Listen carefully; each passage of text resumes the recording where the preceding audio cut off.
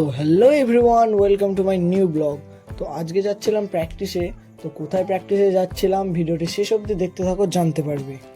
তো মামা যখন আমাদের এখানে ছিল, তো এই ভিডিওটা হচ্ছে তখনকার। তো ভিডিও পোস্ট করতে সেরকম মনই করছে না, মানে কি বলবো, ভিডিওতে কোনো ভিউজ আসছে না, সেরকম এঙ্গেজমেন্ট আসছে না।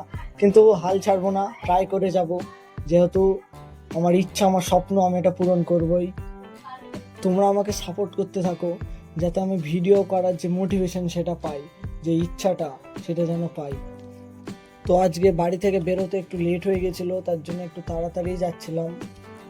তো মামা আমাকে সেফটির খাতিরে হেলমেট পরিয়ে দিয়ে নিজে আমার টুপি আর হেডফোন কানে দিয়ে নিজে ব্লগ বানানো শুরু করে দিল। মানে আজকের ব্লগটা আমার ছিল না, মামার ছিল, ঠিক আছে। ওই ক্যামেরা নিয়ে ওই ব্লগ করা শুরু করে দিয়েছিল। তারপর রাধানগর ঘাট পার হয়ে মামা আমাকে বলছে যে আমি তো খাতরো কা খিলাড়ি, দিয়ে ও নিজে গাড়ির হ্যান্ডেল ধরে নিল, দিয়ে আমাকে বলছে তুই ক্যামেরা কর।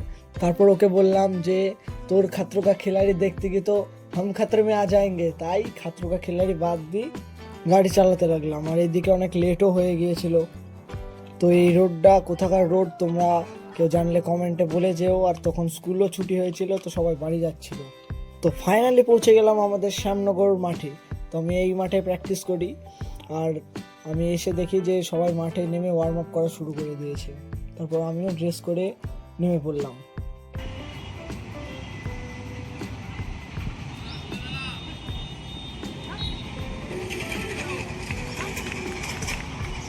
তো ফাইনালি মাঠ থেকে বেরিয়ে এসে যেতে লাগলাম বাড়ির উদ্দেশ্যে। তো আজকে বললাম না যে ব্লগটা মামাই বানাচ্ছে, মামাই বারবার ক্যামেরা নিচ্ছে আর ভিডিও অন করছে, আর ও হাসছে ক্যামেরা দেখে শুধু। মানে আজকে ব্লগটা ওরই ছিল, ঠিক আছে। তারপর গাড়ি চালাতে চালাতে মামা একটা গল্প শুরু করে দিল। তো ওর গল্প শুনতে শুনতে যেতে লাগলাম বাড়ির দিকে।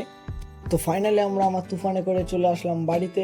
তো আজকের ব্লগটা কেমন লাগলো জানিও। আজকের ব্লগটা এইটুকুই, আবার দেখা হচ্ছে পরবর্তী ব্লগে। Good bye, Radha Radha.